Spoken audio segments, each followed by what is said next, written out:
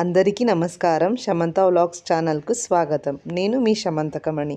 ఈ వీడియోలో బెంగళూరులో ఫేమస్ అండ్ ఓల్డెస్ట్ టెంపుల్స్లో ఒకటైన బండే మహాకాళి టెంపుల్ని చూపిస్తున్నాను మరియు కొన్ని విషయాలను షేర్ చేస్తున్నాను. ఈ గుడి లొకేషన్ విషయానికి వస్తే బెంగళూరులో ఉన్న గుట్టల్లి గవిపురంలో ఉంటుంది. ఇక ఎంట్రీ అండ్ ఎగ్జిట్ అయితే సేమ్ ఉంటుంది. పార్కింగ్ అయితే ఆల్ వెహికల్స్కి అవైలబుల్గా చాలా స్పేస్ ఉంటుంది. ఇక స్లిప్పర్స్ పెట్టడానికైతే stands both left and right సైడ్లో ఇక్కడ కనిపిస్తోందిగా అలా ఉన్నాయి. ఇక టెంపుల్కి బస్లో వచ్చే వాళ్ళకైతే బస్సెస్ అవైలబుల్గా ఉన్నాయి, కానీ టెంపుల్ దగ్గరకి బస్సెస్ అయితే ఉండవు కనుక బస్ స్టాప్స్లో దిగి అక్కడి నుండి ఆటోలో అయితే ఇలా దేవుడి గుడి పేరు చెప్తే అక్కడికి వదులుతారు. ఇక టెంపుల్ హిస్టరీ విషయానికి వస్తే బండే మహాకాళి అని పేరు ఎలా వచ్చింది అంటే, ఈ టెంపుల్లో దేవి రూపం ఏదైతే ఉందో అది బండ మీద కనిపిస్తుంది, అందుకోసం బండే మహాకాళి అని పిలుస్తారు.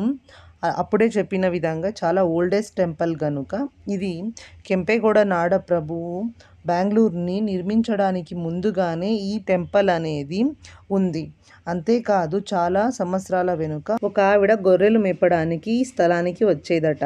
ఒకరోజు ఆవిడకి ఒక ఆడగొంతు వినిపించిందంట. ఆవిడ భయపడి ఎవరు అని అడగగా, నేను మహాకాళిని, నాకు పూజ పునస్కారాలు ఇక్కడ అందించండి అని చెప్పిందంట. ఆ తరువాత ఆవిడ వెళ్ళి గ్రామస్తులకు ఈ విషయాన్ని చెప్పింది. ఆ గ్రామస్తులు ఈ స్థలాన్ని శోధించడం జరిగినప్పుడు ఒక బండ మీద మహాకాళి రూపం అనేది కనిపించిందంట. అందుకని అప్పటి నుంచి బండే మహాకాళి అనే పేరుతో పిలవడం అయితే స్టార్ట్ చేశారు. అందుకోసమే ఈ ప్లేస్లో ఉన్న ఈ మహాకాళికి బండే మహాకాళి అని పిలుస్తారు. అంతేకాదు ఇక్కడ ఒక విశేషత ఏమిటంటే, మహాకాళి అంటే రౌద్ర రూపిణి కదా, కానీ ఈ టెంపుల్లో అయితే మహాకాళి మనకి సౌమ్య రూపంలో దర్శనం అయితే ఇస్తుంది. వారంలో అన్ని రోజులు కూడా ఈ గుడి ఓపెన్గా ఉంటుంది. మంగళవారాల్లో, శుక్రవారాల్లో, అమావాస్య మరియు పౌర్ణమి రోజుల్లో అయితే చాలా క్రౌడ్ ఉంటుంది. ఆ రోజుల్లో విశిష్టమైన పూజలు కూడా జరుగుతాయి. టెంపుల్ ఎంట్రెన్స్లో రైట్ సైడ్లో కాళ్ళు కడుక్కోవడానికి వ్యవస్థనైతే చేశారు. ఇక రైట్ సైడ్లో చూడవచ్చు, నిమ్మకాయ దీపాలు వెలిగించేవారు వెలిగించి అక్కడ పెట్టడానికి చోటునైతే నిర్మించారు. ఇక్కడ పిల్లలు అవ్వాలని అనుకునే వాళ్ళు చెట్టుకి ఉయ్యాలనైతే కడుతూ ఉంటారు. ఇక్కడ చెట్టుకి ఉయ్యాలను కడితే పిల్లలు అవుతారు అన్న నమ్మకం ఉంది. ఇక దర్శనానికి వెళ్ళడానికి క్యూ సిస్టమ్ ఉంటుంది. క్యూకి సైడ్స్లో అయితే ఫిష్ ట్యాంక్స్ ఉంచారు. పిల్లలు ఇక చూస్తూ నుంచున్నారు. అక్కడే చిన్న చిన్న వినాయకుడి గుడి, బన్నీ మహాకాళి, మారమ్మ గుడిలు అయితే ఉన్నాయి. ఇక్కడ వెనకాల దిష్టి దోషం కూడా తీస్తారు.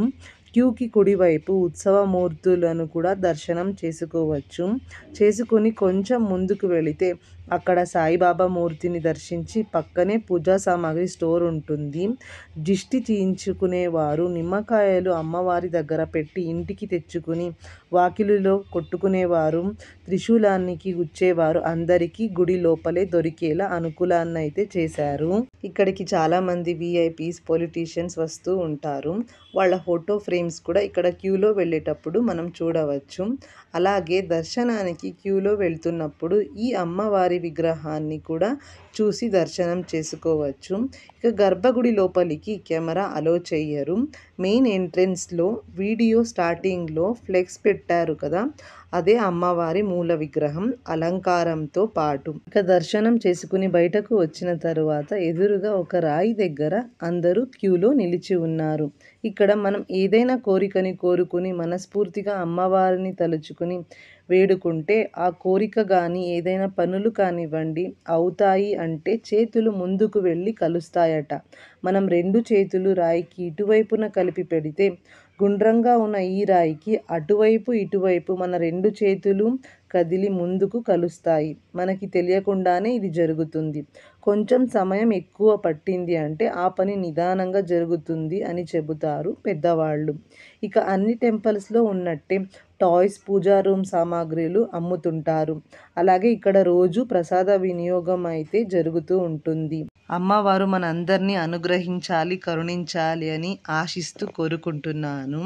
ఈ వీడియో మీకు నచ్చుతుంది అని అనుకుంటున్నాను. మరియు యూస్ఫుల్ అండ్ ఇన్ఫర్మేటివ్ అనిపిస్తే లైక్ చేసి మీ అభిప్రాయాలని కమెంట్స్ల ద్వారా తెలియజేయండి.